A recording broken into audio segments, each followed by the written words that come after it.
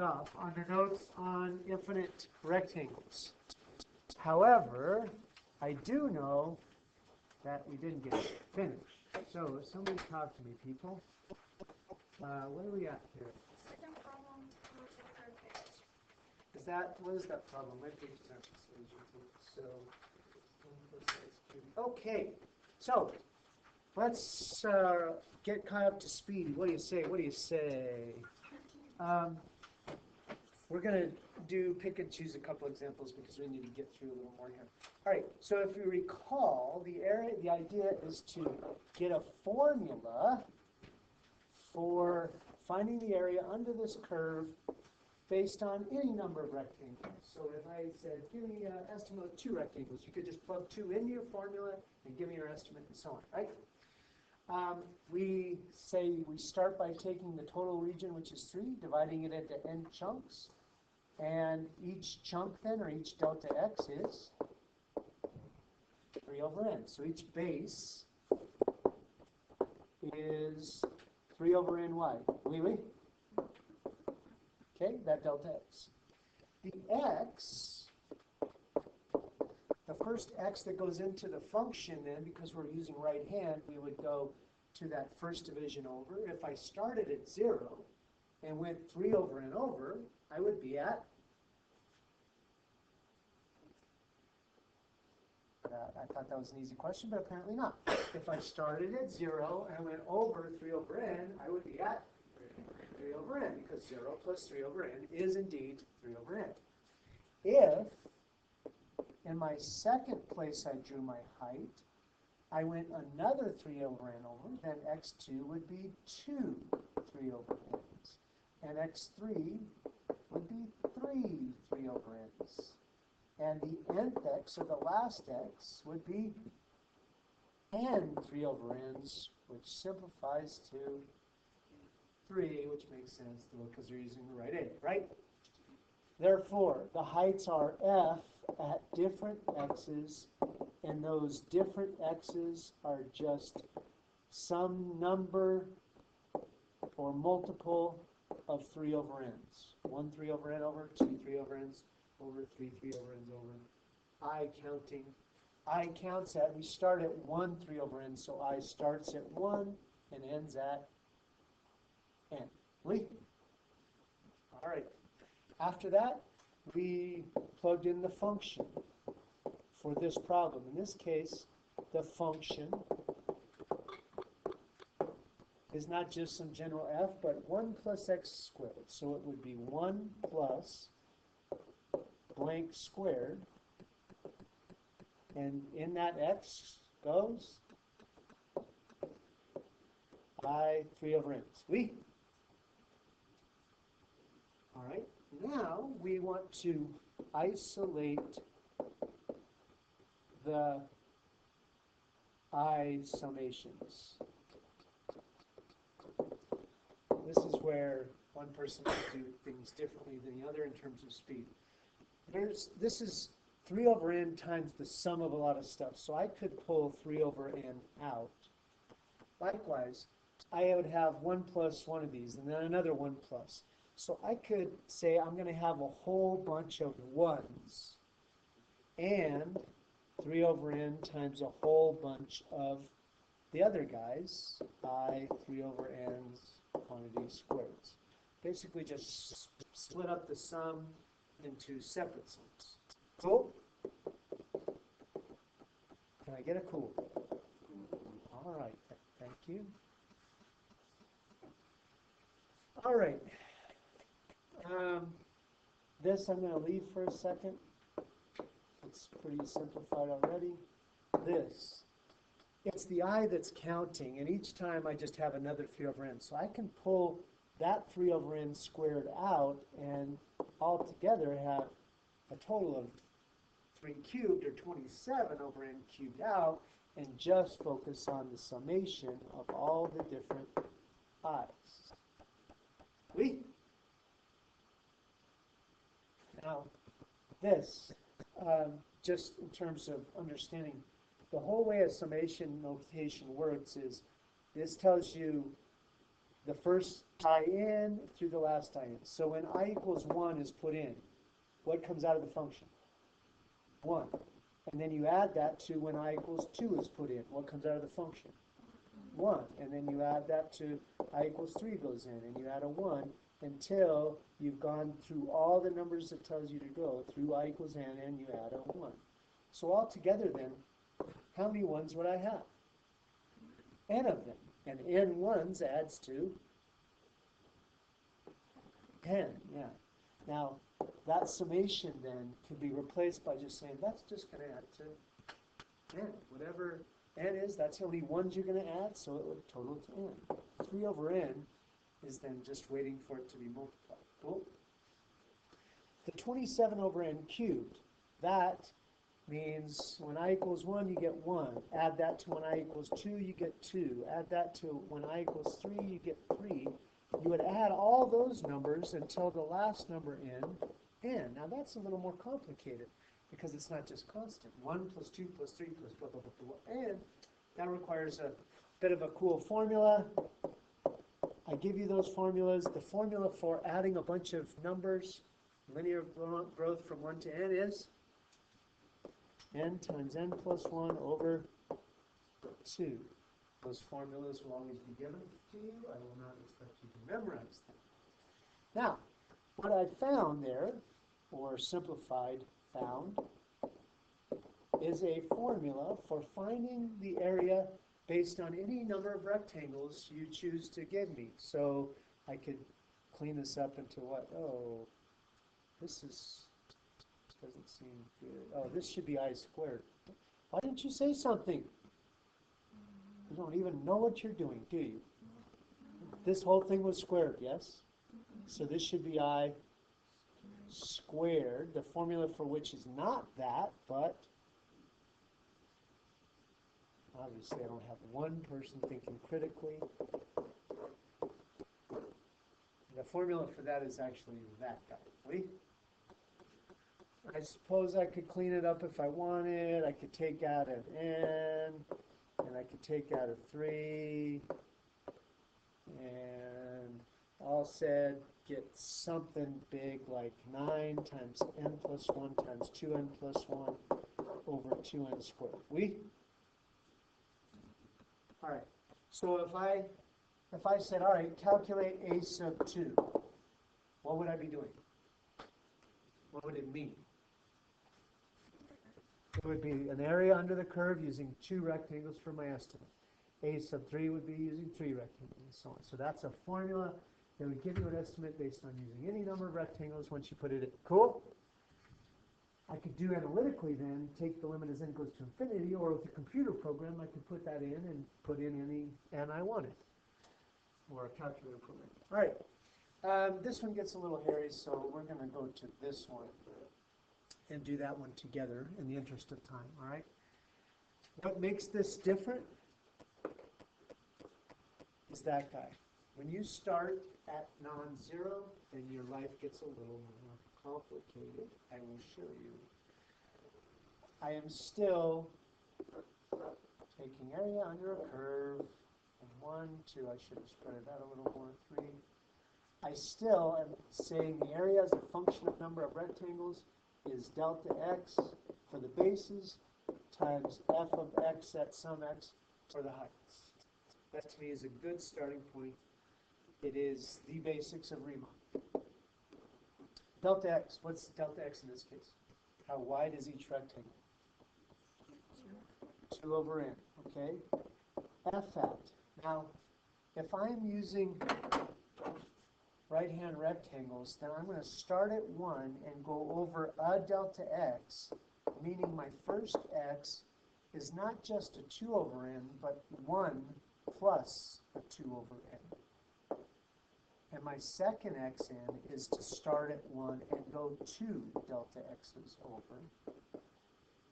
So what is x sub I generally? X at any point where I'm going to draw my height is 1 plus some number I delta x is over, right? Now that's going to make my life harder because that's a big ugly thing going into the function. Instead of just a delta x, it's an a plus delta x. That makes things gross. But it is what it is. All right. The 2 over n I'm going to pull out front right away. And I'm going to go formula specific. In this case, the function is x squared. So that means 1 plus I 2 over n's is going to get squared. What is the expansion of a plus b squared if I want to multiply that out? A plus b squared is a squared plus 2ab plus b squared. That might help as a kind of blueprint to plug into. All right, so a squared is just 1. 2ab is 2 times 1 times I times 2 over n. That b is gross. Plus b squared is I times 2 over n all squared.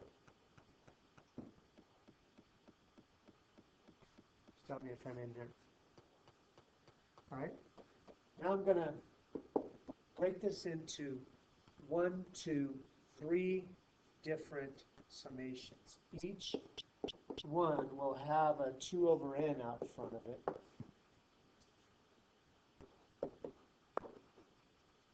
From that guy, right? The first one will be the sum of all the ones. The second one will be the sum of all the 4 over n times i's. Do you see that? Now the 4 over n, can I pull that out front?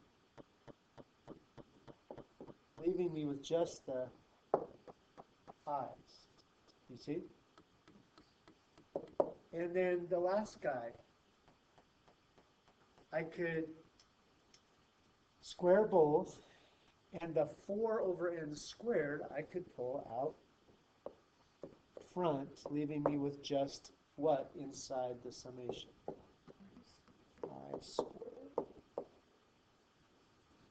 Broke it into pieces. Good. Cool? All right. Now, it says to write an equation for area without summation notation. Obviously, I'm not there yet. So now I need to dump the summation notations. What is this summation equivalent to? Adding 1 to itself n times adds to n. 8 over n squared. We have a formula for 1 plus 2 plus 3 blah, blah, blah. It's n times n plus 1 over 2. And 8 over n cubed. We have a formula for the sum of a bunch of squares added. In a pattern, it is n times n plus 1 times 2n plus 1 all over 6. Again, you don't have to memorize those, you just have to know how to use them and when. Okay? Now, typically I would then continue on and take an infinite limit of that, but that's not the question asked. It says just write a function for the area without summation notation, so am I done? I finished without summation notation? I'm good. Okay. All right, my end goal then is to then do all that process, then take the infinite limit. Do you want to do one all the way through, or should we just do one off homework 10 together? Do you want your notes? I don't know if you use these notes or not, but do you want to do this one all the way through, or go to homework 10 and try one off homework 10? Homework 10. Okay, I heard somebody say homework 10, so let's do it. Okay. Homework 10, I got a couple right off the bat here, I believe, right at the top of homework 10. Yay? Do you feel like you know enough to do one all the way through on your own, or should we walk through one together and then you do the next one? It's that one. Okay, so I don't care if you graph. I'm kind of a visual guy, but sometimes it confuses me, so it's up to you. I definitely would like you to show the big idea to start with, and then gradually gets more specific. I am willing to accept a little combinations of steps, but let's not get carried away. Delta x, what is it? 10 over n. And what about x sub I? Remember, the x at which you draw the heights depends on where you start the region at and how many delta x's you've gone over. Where are we starting the region here? 0. So the only thing that'll matter is how many delta x's you've gone over. So some number of I 10 over n's over. Are you cool? Or are you, if you're not clear on where that's coming from, that just represents how many increments I've gone over to draw height at. All right, a little more, that's from 1 to n if we're using right-hand rectangle. All right, now we're going to start to do a lot of cleanup. I could start by bringing out the 10 over n out front of the summation.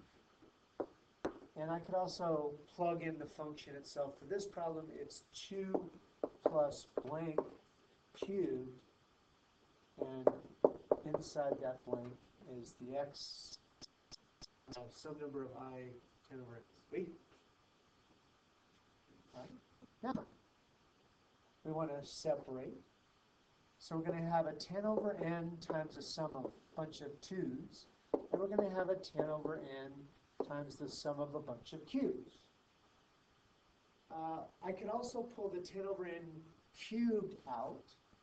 So besides the 10 over n delta x I had, I would also pick up another 10 cubed or 1,000 over n cubed from inside of it. Wait. Leaving me in the summation only I cubed. Cool. All right. Now let's replace the summations. What is the sum of a bunch of constants? So it's just that constant, how many times?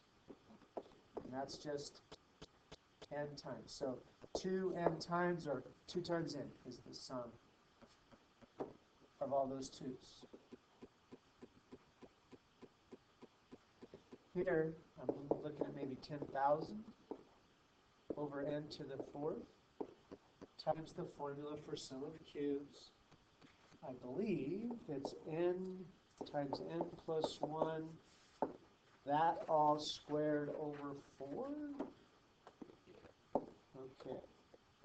Or I guess you could also say n squared, n plus 1 squared, all over 4, whatever you want. All right. Cool? Now, I don't like to have to rewrite that over and over again, so I'm going to name that a sub n, or area, as a function of n. You could write it, rather than a subscript, you could say that's area as a function of n. But if, in this case, they didn't want me to just stop at, without the summation. They want me to actually get the perfect area, then what do I need to do? I'll get perfect area if I take the number of rectangles to infinity, right? Now, if I take the number of rectangles to infinity on that thing, which I'm going to just call my area function, rather than rewrite it all, well, time for end behavior skill. What is that first guy simplified to be? 20. What about the end behavior of the next guy? First of all, do the powers work out to a wash? Yeah, n to the 4th over n to the 4th. We're cool. So 10,000 over 4 is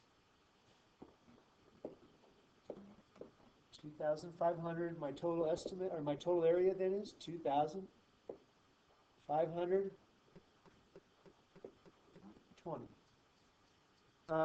Say I had time on a test to kill, and I wanted to check my answer. How could I check my answer?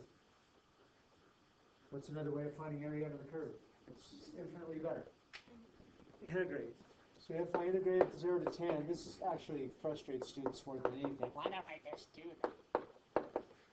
It is 2x plus 1/4 x to the 4th from 0 to 10 is the antiderivative. 20 plus 10,000 over 4 minus zeros is indeed the same. Boom. But it wasn't as mentally challenging. I mean, really, which one is going to really impress the people that look at the paper? They're going to look at that and go, man, she's smart. She's smart. That's how we get you chicks at the bar. What? What word do you want us to show with, like? And behavior. Oh, none. Oh, just do it like that. I mean, I mean, you guys are, yeah. That's good. Okay. Are we good? Do you want to try one on your own? Or, oh, well, this is on the homework, so what the heck? Have you already done this? Is this all wasted time? Do you already do this, or no, you're starting to get it, you want to do this one? Second one? All right, try this one, and we'll walk through it together in a minute.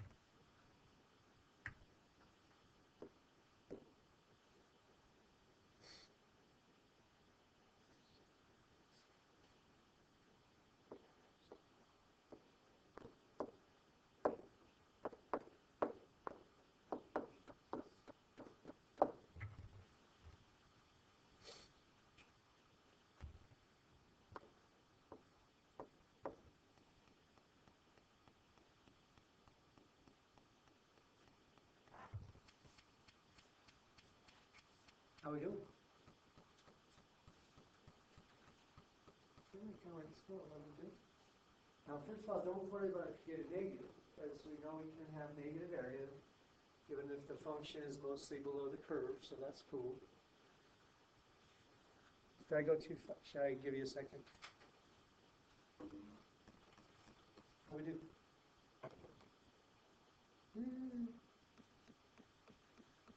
Okay. I have the benefit of doing lots of arithmetic every day with my pre-algebra students. You guys, maybe a little calculator dependent, but maybe not. I imagine you've had numerical success in your whole academic career. All right, did you get negative 224 over 3? Are you still working? Are we good? Okay. This one, it really can be, I think, a nice compare and contrast between left-hand rectangles, but this combination with starting at 0 and a compound, it's a little too much. And so, I don't know if you've already done this, but would you object to me making it a little easier? You would object or you would not object? Okay. So let's go with just looking at x squared. The point I want to make is I think you know that if you take the number of rectangles to infinity, then left hand, right hand won't matter. You'll get a perfect area either way.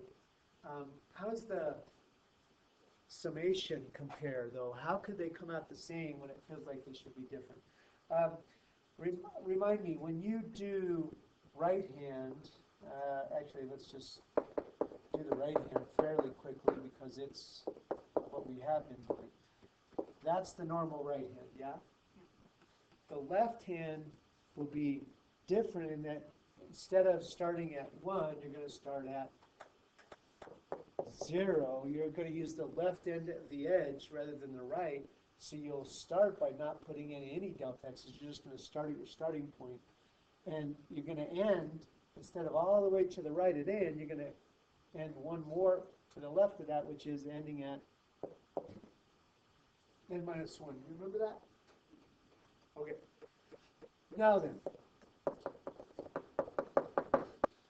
a lot of the work's going to look exactly the same. I could put a delta x in. What's delta x in this case? 6 over n. Each base would be 6 over n.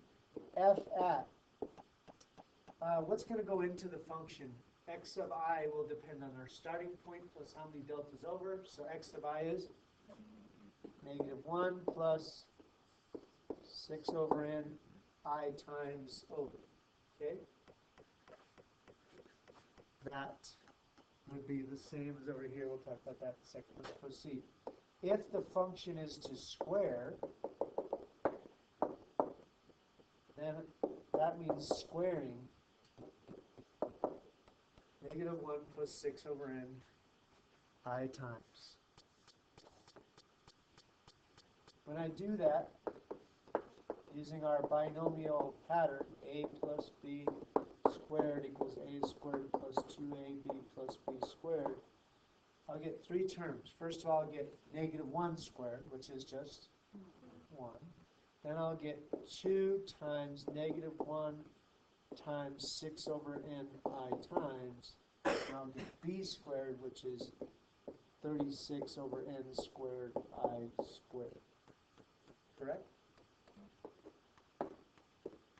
All right. If I break that into many, I would have 6 over n times the sum of all the 1s.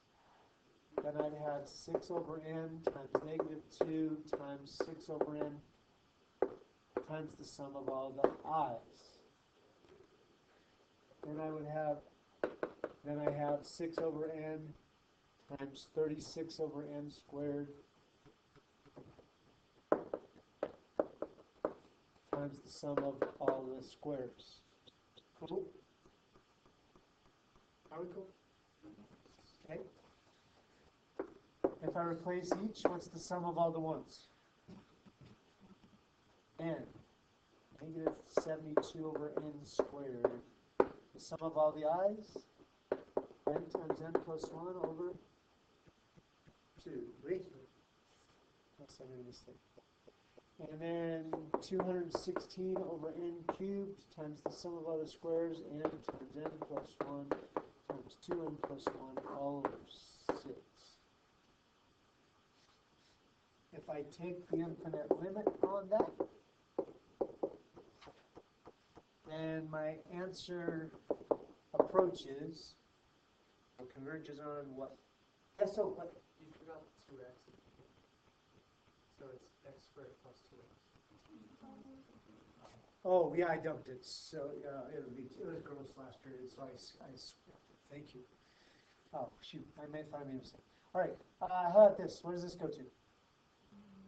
This guy goes to? Oh, sorry, this guy goes to 6. Where does this guy go to? -36, and this guy goes to something like 216 times 2 over 6, which is something clean, yes, 272, because you get 72. I'll assume I'm good. 6 minus 36 plus 72. What is my final answer? 42? Oui? Cool? All right. I'm not going to redo the whole thing, but let's talk about how this would compare. This would be the same for left hand. This would be the same for left hand. This would be the same for left hand. This part would be the same for left hand. This would start to change once I got to the summations. So 6 over n ones from 0 to n minus 1. How many ones do I have? Do I have n or n minus 1 ones?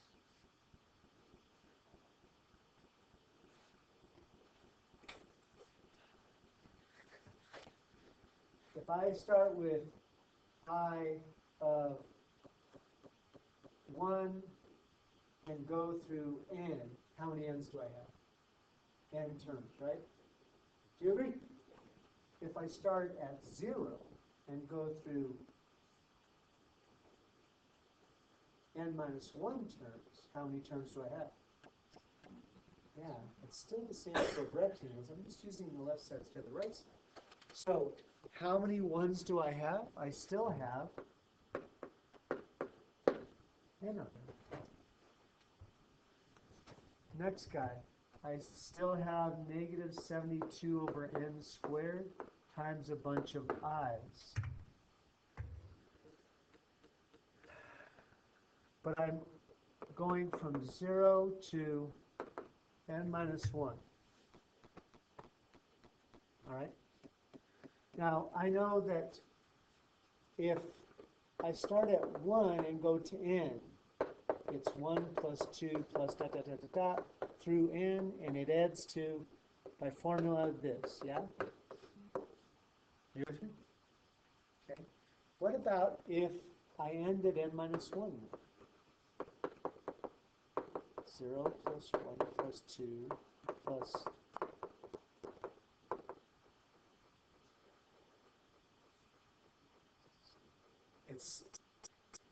Is it going to add to the same? This guy has a 0, but that's a wash. What this guy doesn't have is a n. So it's going to be like that, but take away n.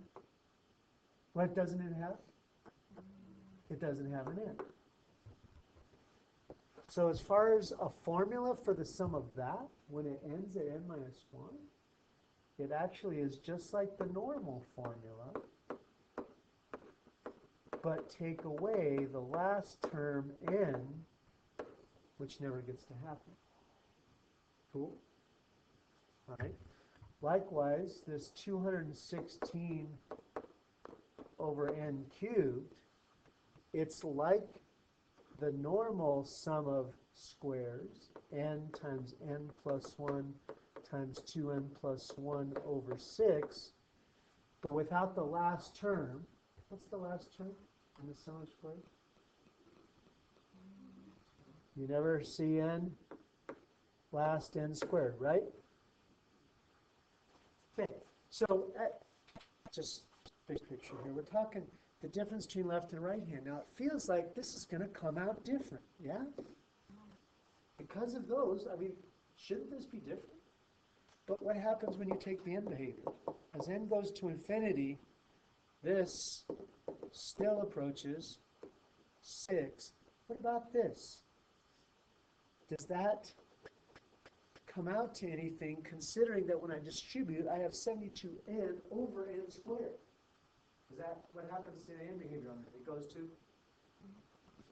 Are you with me? N over n squared goes to 0. And so this won't matter. It's still going to come out to the 72 over 2, or the 36.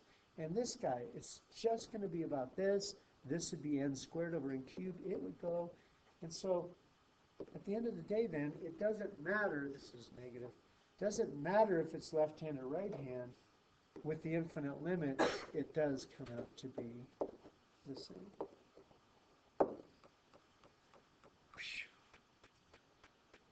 That said, right hand makes a lot more sense.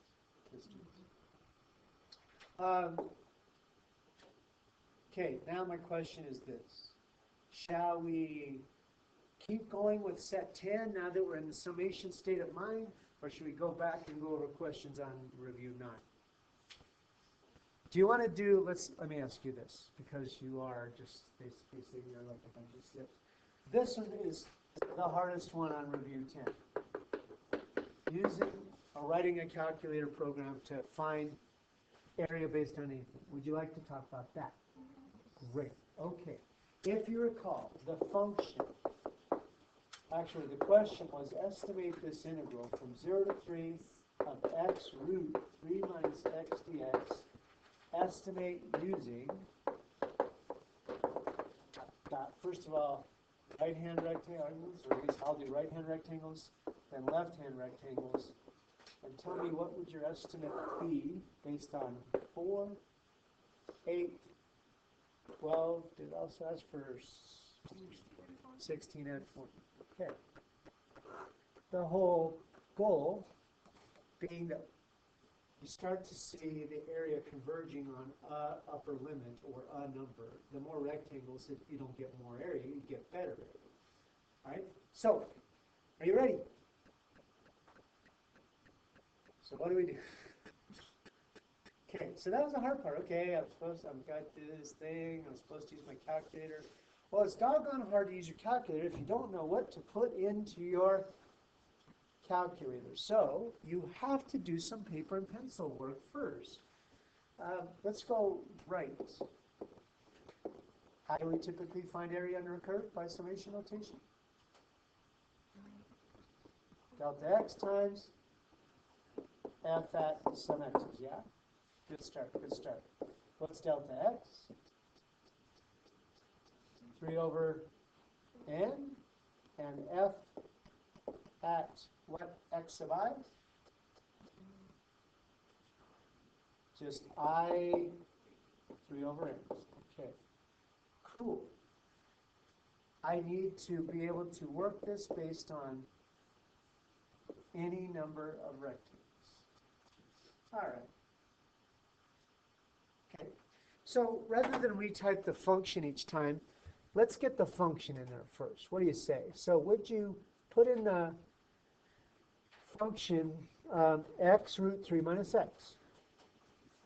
We're going to need that. We don't want to have to type that every time, we? Okay, now we then want to make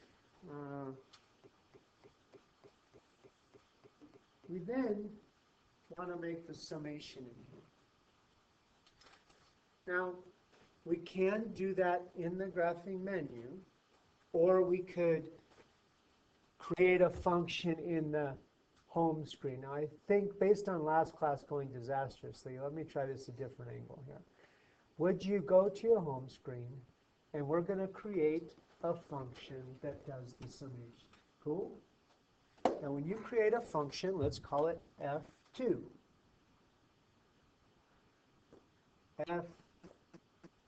f2 parentheses. Now, we're going to, this summation is not a function of x. It's a function of what? N, the number of rectangles. So it's a function of n. All right, now this is a, and then close the parentheses. Can you see that okay? Or do I need to make that bigger? No, let me go bigger. Okay. Oh, that's the wrong way. Screen only. There you go. Poop, cool. Okay. That's same as I had before. But anyway, now this is the important function here. When you want to define a function, you see that little blue colon equals? That means basically I want to create a function, let it equal. So do colon button next to 9, and you're going to say let this function be defined as, now we want to create a summation. We want to create this. The best place to go to summation is right in that same place, but not the blue. Next to the 9, you'll see the summation button or submenu. Choose it, maybe, preferably. Okay, boom. Type in what you see. I equal 1.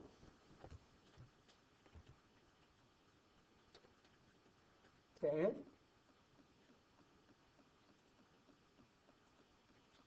Three over n times, and then we want to use the function. So it's in there, vars, function 1, and we want the function 1 at some multiples of 3 over n. So I times 3 over n.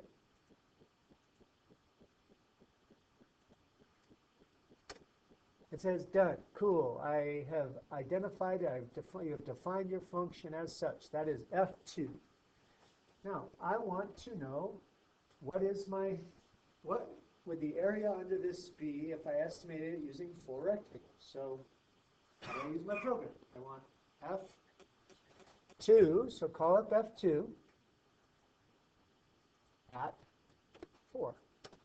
And if you use 4 rectangles, you would get 3.683. If you use 8 rectangles,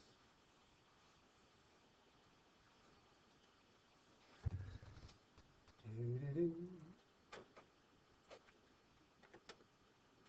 can't see this. 3.995. So on. Now, hopefully, as you add number of rectangles or add rectangles, you should get better and better estimate. So, question is, do you? What do you get? What did you get by the time you got to 20? Actually, 4 point what? Oh, I thought 4 was the roof, but maybe not. 4.118? Okay, cool. All right.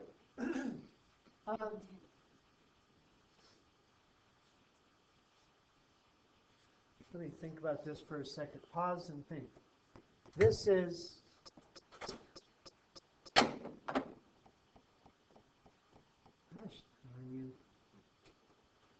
this is nothing. That's what the function looks like. So will right-hand rectangles be overestimating, underestimating, or a little bit of both over that region, 0 to 3? Yeah, on this part, it's going to be overestimating, but after here, it's going to be, actually, it's going to be overestimating, but then underestimating, yeah? So it's going to be a little mixture. So I'm not sure if my true answer is going to be above or below that. Now, let's talk left-hand. Let's create a new function for LRAM. LRAM. How will it be similar? How will it be different? N minus 1. It'll go through n minus 1 starting at I equal 0. But in every other fashion, the same. 3 over n, f at I, 3 over n's. I'm going to call that F3. You should be on your, yep. Okay. All right. So we have 18 done. Should I give you a minute to do LRAM, or should we go to other questions on review 10? Questions, or do you need answers? Do I have anything posted as far as keys? just the odds. Oh, man, sorry. I will probably work keys for all three homeworks and post them online to help you. What about other questions on review 10? Is there anything else you want to talk about in review 10? Bless you. This guy? I don't know. What did you say? Starts at 2. I know delta x is 3 over n, so right away that and that are out. Is there an e? Okay, I don't know if I get it cut off. All right. What about the function? So the difference seems to be just k over n versus 3k over n's. Which one is it? Yeah, remember it's f at the starting plus some number, they're using k, of delta x's. In this case, delta x is 3 over n, so it should be some number of 3 over n. It is 2. Okay. You should not have chosen A for problem 3, right? 2 definite integrals, that summation would equate to. What's one thing this could be the same as? Let's start with the limits of integration. They must be 1 apart, right? Okay. So let's say I started at 0 and went to 1. If that were the case, then what's the function? 2 plus x quantity squared.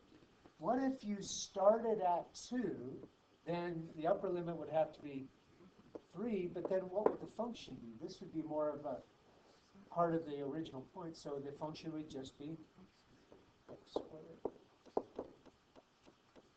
Okay, this is, you could, if you thought, I just don't get why that's the same, just think visually. Graphically, this is a parabola shifted left 2. And you're talking this region, 0 to 1. This is a parabola, normally at the origin, but 2 to 3 over here. Those could absolutely be the same. Yeah. Okay. How about 16? You don't have the answers to those, and I think I have at least one mistake in there, maybe multiple. They gave you in the book something about f from, I can't remember. Was it 3 to 6? 2 to 6. Okay. Did they tell you what 2 to 6 was? Was it equal to 8 or something like that? They gave it to you in the book, I think. 8? Okay. It was 10. Okay. Excuse me. All right. So what's your u sub here? What would you like?